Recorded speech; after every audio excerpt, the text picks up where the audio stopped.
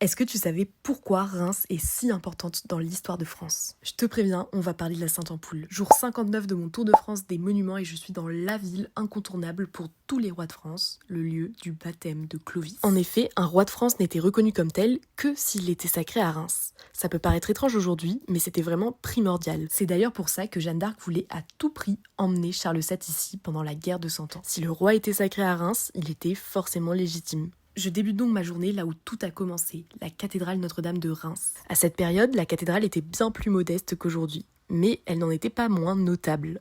C'est l'une des toutes premières à être dédiée à Marie, construite sous l'impulsion de Saint Nicaise dont on retrouve la statue sur le tympan. Décapité sur le parvis par les Huns qui envahissaient la ville, il se releva avec la tête entre les mains avant de se diriger vers son tombeau, faisant fuir les agresseurs. Mais l'événement le plus important de la cathédrale est bien le baptême de Clovis par Saint Rémy. C'est là qu'apparaît la Sainte-Ampoule. En effet, Saint Rémy oint le front du roi avec l'huile d'une fiole délivrée par une colombe. Et cette fiole qu'on appelle Sainte-Ampoule devient indispensable à tout sacre de roi de France à partir de celui de Louis VII en 1131. Ce n'est donc pas tant le lieu du baptême de Clovis que l'objet sacré qui donne de l'importance à cette cathédrale. Mais l'histoire incroyable de cette église ne s'arrête pas là. On le comprend en admirant les vitraux de Marc Chagall et Diemig Kneubel. Parce que certes, ils témoignent du passé tragique de la région et des bombardements subis par l'édifice, mais surtout, ils permettent de se souvenir de la cathédrale comme lieu de paix. C'est en effet ici que la première rencontre entre De Gaulle et Adenauer pour l'amitié franco-allemande eut lieu au cours d'une messe. Cet ange souriant à la sortie semble me rappeler tout ça, et moi je termine cette journée chargée d'histoire en visitant la basilique Saint-Rémy où sont entreposées les reliques de ce dernier et qui contrastent radicalement avec la cathédrale dans son architecture romane.